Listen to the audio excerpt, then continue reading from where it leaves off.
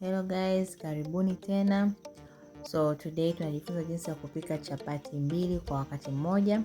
Na katika hii video sijaonyesha jinsi ya kukanda ngano, but I promise you guys I'll just make that one for you.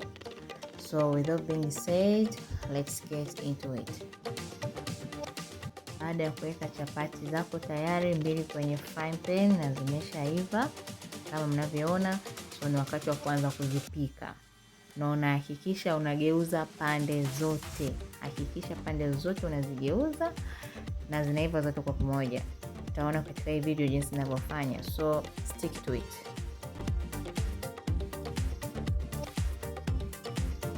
Na hapa naomba nisisitize, tafadhali moto usiwe mkali sana.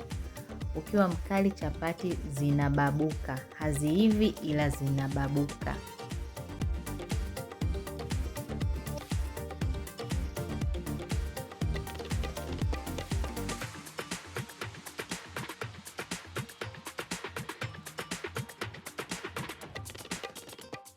Unaweza pika bila kukunja kama hivi ninavyofanya mimi, lakini mimi napendelea nikipika chapati nikunje kama hivi. Naona ndo zinaiva pande zote kwa ustadi kabisa.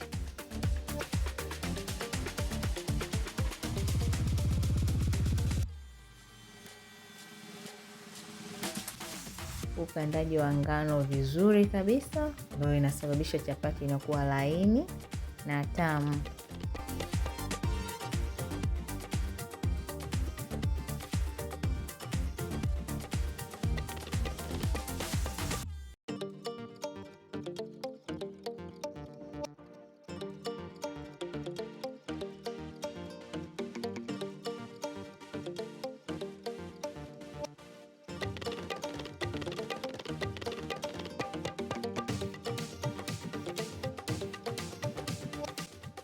So as you can see guys, naendelea kupika chapati pande zote hadi zinaiva.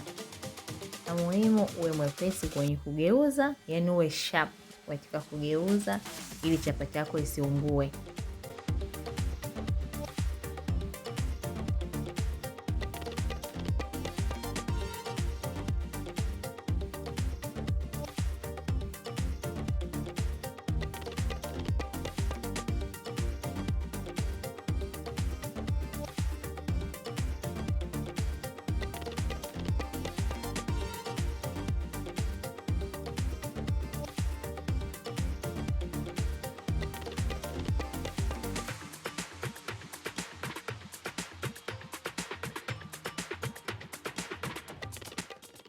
Chapati zipo tayari sasa kwa ajili ya kuliwa, zimeshaiva as you can see from this video.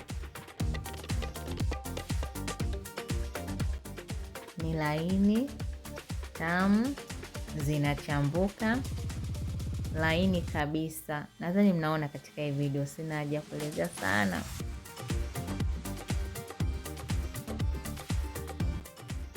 Na nawaahidi nitawaletea video jinsi ya kukanda ngano ikawa laini hadi ikatoa chapati nzuri kama hivi. So yeah, I'll definitely make it for you. Stick with me and I'll see you then. Bye bye.